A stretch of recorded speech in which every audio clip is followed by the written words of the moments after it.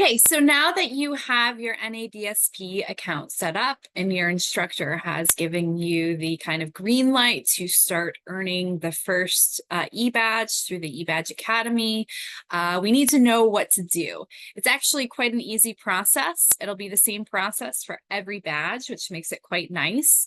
But the first badge is a little bit different in the sense that you don't have to answer any of the prompt questions. So the very first badge that you need to earn through the NADSP is the Code of Ethics. You cannot go and earn any other badges until you have this badge. So if you log into your account and you go to the NADSP site, you can go to Catalog. And you can see right here the Code of Ethics commitment. You're going to click on that, and you're going to get this screen that says Get It. Go ahead and click on Get It. And again, your screen might look a little bit different, but for the most part, it'll be pretty similar. And what you're going to see is it's just kind of what this badge is, right? The description of the badge. So you are kind of agreeing to provide services in line with the NADSP Code of Ethics. So I went over that in the other video, that Code of Ethics that you hopefully saved on your computer and maybe printed that out. It's just saying that you are agreeing to provide services within your professional career that aligns with the NADSP Code of Ethics. You are also acknowledging the NADSP certification fraud policy, and that is right down here.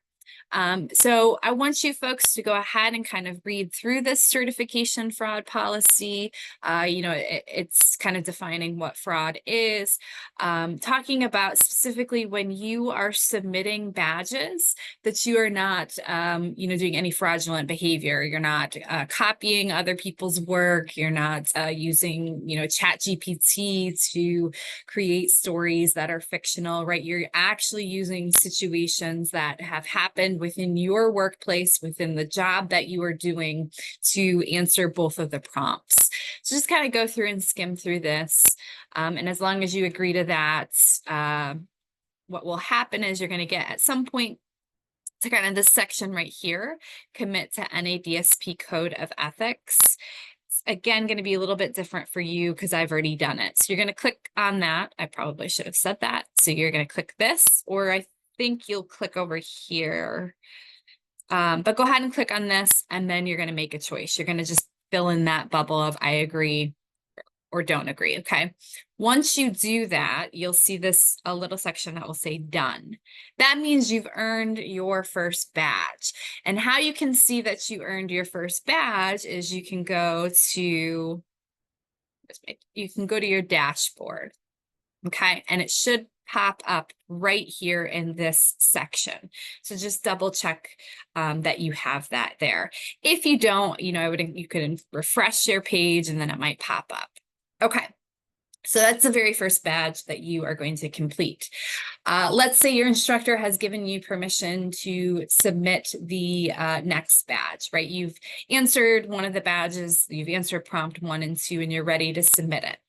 Let's say that badge was, where is it?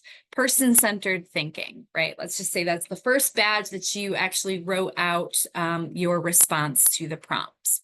So the same thing you're going to do, you'll go to Catalog, you'll find the corresponding title. So person-centered thinking. I'm going to click on that. Same thing, I'm going to click on Get It. And here it's going to take you to that prompt description that you've already been given by your instructor. So you answered these 2 prompt questions and you're ready to submit it. So you will scroll down to the Submit Your Testimonial spot. You will click right here on this blue area. And you're going to kind of get this page, new submission, view your submissions, review other submissions. Really what you're only going to use on this page is new submission. Okay, so I am ready to upload my work. Now, we always tell folks that the easiest way to upload work is by using either Word document or Google Docs, okay? Because then it makes for a really easy transition when you go to submit it to this site.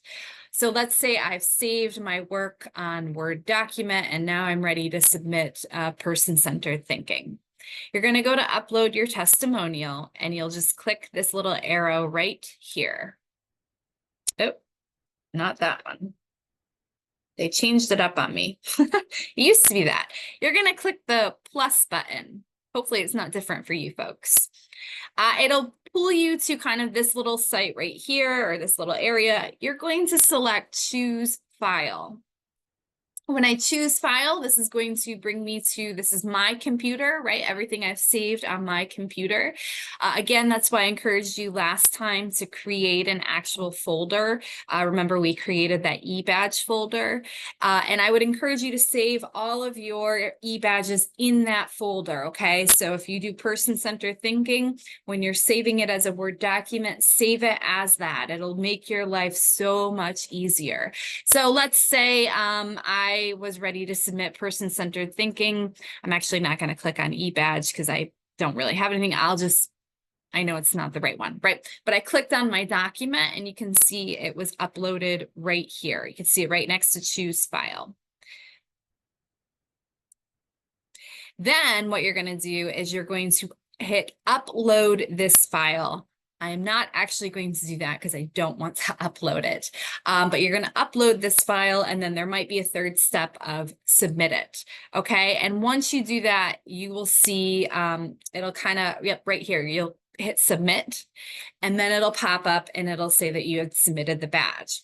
Now, the thing about the badges are there are reviewers that are going to look at your badges and sometimes it can take a little while. It can take a couple of days or maybe even 4 or 5 days.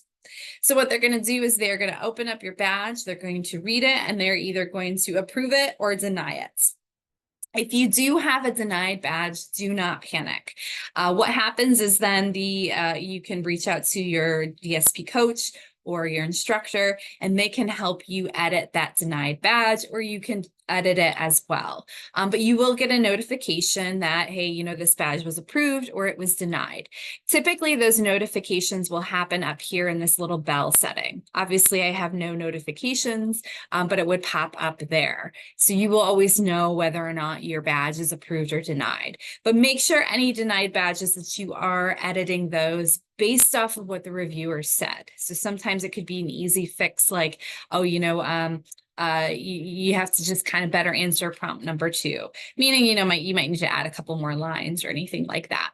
Another really important thing is NADSP does not care about grammar and spelling. They don't deduct any points. They don't deny any badges because it's, you know, maybe poor grammar or you're misspelling words. They will never deny your material for that. Another thing that is very, very important in every badge you do not use the real names of the people that you support. Always change the name of that person. And if you are, you know, using a fictional name or a made up name, you're going to have to put next to that name, maybe in parentheses, you know, name changed or something to that degree. Sometimes I encourage students to just use the first letter of somebody's name. So let's say, you know, you were working with a person that you support and their name was Jack. I would just use a capital J. If you use a name and you don't say that you've changed it, they will deny that badge.